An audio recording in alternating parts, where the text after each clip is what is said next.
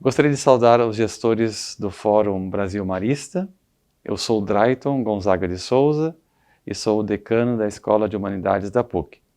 A Escola de Humanidades engloba os seguintes cursos: Filosofia, História, Ciências Sociais, Geografia, Teologia, Serviço Social, Pedagogia, Letras. A escola se chama de Humanidades. E essa palavra, Humanidades, remete ao ser humano. O ser humano que é objeto de preocupação da filosofia e das ciências humanas ao longo de sua história. Eu gostaria de citar um filósofo alemão chamado Immanuel Kant, que nasceu em 1724 e morreu em 1804. Kant resumiu a filosofia em 4 questões. A primeira é: o que eu posso saber? Essas são as questões relacionadas ao conhecimento. A segunda: o que eu devo fazer? Que é a questão da ética. A terceira: o que eu posso esperar? Que é a questão da religião. E a última pergunta, que engloba as anteriores, é: o que é o ser humano? E aí nós temos a antropologia, nós temos as ciências humanas. E essa questão é uma questão que é objeto de estudos da Escola de Humanidades. Nós temos na nossa universidade uma série de cursos que se ocupam com o ser humano. A filosofia, o direito, a medicina, a biologia, a economia, tantas disciplinas, tantos cursos que se ocupam com o ser humano. Não obstante tanto conhecimento gerado sobre o ser humano, incrivelmente, o ser humano permanece uma grande pergunta, um grande mistério. Há um autor que se chama Alex Carrel, que diz o seguinte, o título da obra dele é O Ser Humano, Esse Desconhecido. E Heidegger, que é um filósofo alemão, ele disse: não obstante tantos conhecimentos que nós adquirimos sobre o ser humano, e isso ele afirma no início do século XX, nós ainda estamos como que engatinhando, tateando para responder à pergunta: o que é o ser humano? Se os senhores e senhoras perguntassem há 50 anos quando começa a vida e quando termina a vida, não teria um grande problema para resolver. Hoje nós temos grandes eventos, aqui na universidade também, sobre o que é a vida, quando a vida começa, é na nidação, é na fecundação, é com algumas semanas de gestação. Temos outros eventos também sobre o final da vida, especialmente sobre a problemática da eutanásia. Portanto, questões fundamentais sobre o ser humano, como começo da existência, o fim da existência, permanecem uma incógnita para nós. E isso não diz respeito apenas às disciplinas das ciências humanas. Toda universidade ela tem que trabalhar com a questão do ser humano. Eu sempre dou o seguinte exemplo. Na Segunda Guerra Mundial, na Alemanha, especialmente num campo de concentração perto de Munique, chamado Dachau, foram feitos vários experimentos com os seres humanos. E a pergunta que se coloca: tudo o que pode ser feito com o ser humano sob o ponto de vista técnico-científico tem amparo ético? Lá foram feitas experiências com seres humanos vivos, que hoje seriam totalmente proibidas. Então a questão que se coloca: há um limite para o avanço da técnica, um limite para a ciência? Então, não há como nós não nos preocuparmos com a questão do ser humano. Ela é central, tanto na universidade como na escola.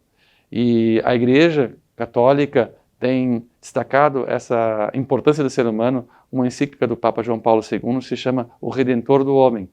Nela, afirma o Papa, Jesus Cristo veio mostrar ao homem quem é Deus e quem é o próprio homem. E a Igreja mesma, ela se declara como perita em humanidade. Então nós temos várias ciências que se ocupam com o ser humano, e eu destacaria 3 rapidamente aqui: a teologia, a filosofia e o direito.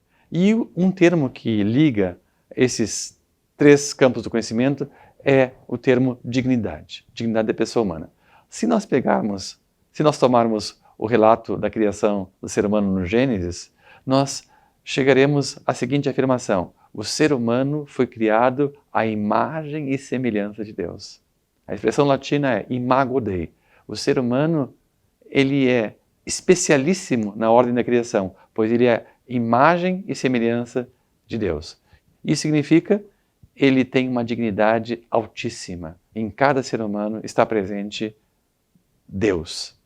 Portanto, nós temos que respeitar incondicionalmente todo ser humano e integralmente, todos os seres humanos e todo ser humano. Esse pensamento, essa noção bíblica que aparece no Gênesis da dignidade da pessoa humana expressa pela imago Dei, pela imagem de Deus, vai entrar posteriormente na filosofia, em Cícero e também em Pico della Mirandola no Renascimento. Aqui nós temos uma pequena mudança no que diz respeito à abordagem bíblica. Aqui a ênfase é no ser humano como um processo permanente de autoconstrução. O ser humano não é um ser pronto. Ele está permanentemente se construindo. A cada dia que passa, ele tem que se construir. Há um livro de um autor brasileiro chamado Valfredo Tepe, O Sentido da Vida, no qual se compara a vida humana a um livro. Cada página desse livro reflete a um dia da existência. Cada página desse livro tem 24 linhas que correspondem às 24 horas do dia. Então, a vida humana é uma espécie de biografia, autobiografia. As primeiras páginas não foram escritas por nós, foram escritas por outras pessoas, pelos nossos pais, pelos nossos avós. Depois nós assumimos esse processo de autoria dessa autobiografia. Portanto, o ser humano, ele é autoconstrução. Essa é uma grande riqueza do ser humano. Ele não é um ser pronto e ele um dia vai morrer, mesmo não sendo um ser pronto. Ele vai morrer como uma obra inacabada. E Pico della Mirandola vai destacar, então, a dignidade do ser humano. O ser humano, como afirma o Immanuel Kant, já mencionado por mim, ele não tem preço. O ser humano tem dignidade. E o ser humano, segundo esse autor, Immanuel Kant, ele nunca pode ser tratado como meio, como instrumento. Ele nunca pode ser instrumentalizado. Ele sempre tem que ser tratado como uma finalidade. Então, teologia, primeiro âmbito do conhecimento, segundo campo do conhecimento, a filosofia, e o terceiro, que é o direito, que também tem uma forte dimensão humanística. No direito, nós vemos que o ser humano também é considerado na sua dignidade. Se nós pegarmos a Constituição Federal de 1988, no artigo 1º, inciso 3º, lá se fala da dignidade da pessoa humana como um dos fundamentos do nosso Estado. E se nós pegarmos uma outra Constituição que inspirou a brasileira e que é determinante para a compreensão do ser humano, que é a alemã, se chama também Lei Fundamental em vez de Constituição, no primeiro artigo da Constituição alemã aparece a expressão: a dignidade do ser humano é inviolável.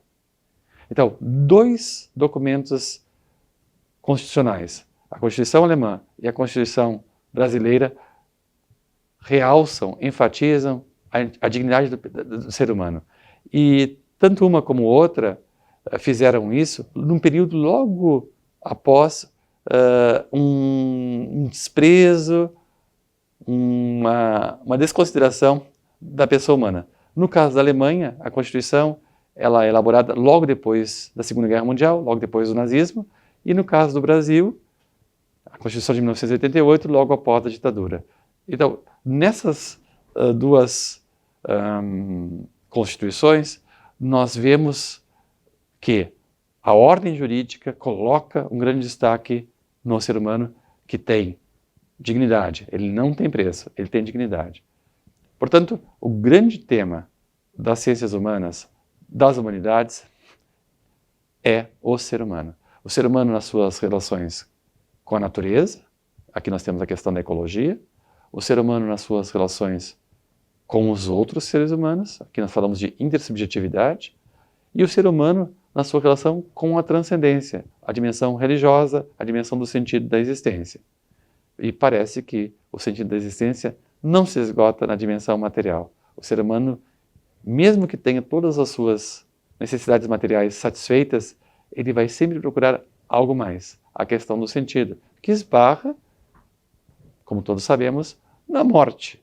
A morte que vem repentinamente.